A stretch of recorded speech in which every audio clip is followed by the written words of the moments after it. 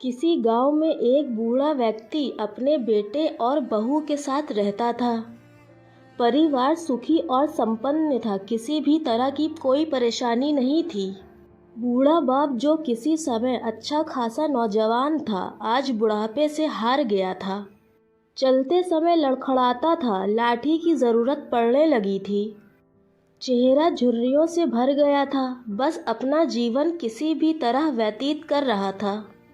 घर में एक चीज़ अच्छी थी कि शाम को खाना खाते समय पूरा परिवार एक साथ टेबल पर बैठकर खाना खाता था।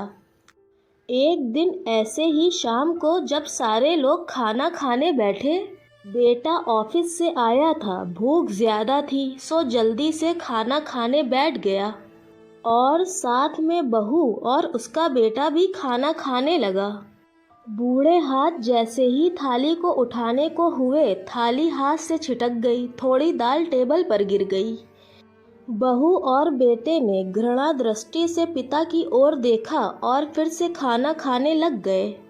बूढ़े पिता ने जैसे ही अपने हिलते हाथों से खाना खाना शुरू किया तो खाना कभी कपड़ों पे गिरता, कभी ज़मीन पर गिरता।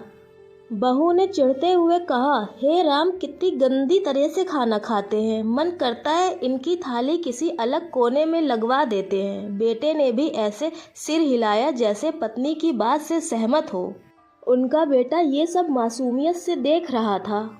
अगले दिन पिता की थाली उस टेबल से हटाकर एक कोने में लगवा दी गई। पिता की डबडबाती आंखें सब कुछ देखते हुए भी कुछ बोल नहीं पा रही थीं। बूढ़ा पिता रोज की तरह खाना खाने लगा। खाना कभी इधर गिरता तो कभी उधर गिरता। छोटा बच्चा अपना खाना छोड़कर लगातार अपने दादा की तरफ देख रहा था। माँ ने पूछा, क्या हुआ बेटा, तुम दादा की तरफ क्यों देख रहे हो और खाना क्यों नहीं खा रहे हो?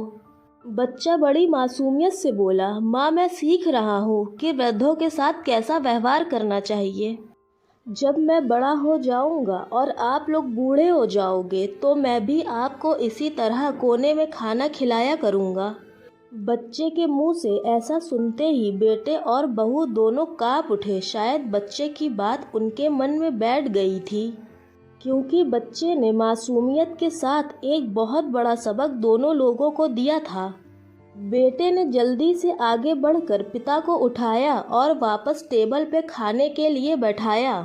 बहू भी भागकर पानी का गिलास लेकर आई कि पिताजी को कोई तकलीफ ना हो। दोस्तों, इस कहानी से हमें ये शिक्षा मिलती है कि माँ बाप इस दुनिया की सबसे बड़ी पूंजी हैं। आप समाज में कितनी भी इज्जत कमा लें या कितना भी धन इकट्ठा कर लें, लेकिन माँ बाप से बड़ा धन इस दुनिया में कोई नहीं। तो दोस्तों, ये कहानी यहीं ख़त्म होती है और अगर आपको ये कहानी पसंद आई तो मेरे चैनल को लाइक करें, शेयर करें, सब्सक्राइब करें। मैं आपके लिए हर रोज़ नई कहानियाँ लाती रहूँगी।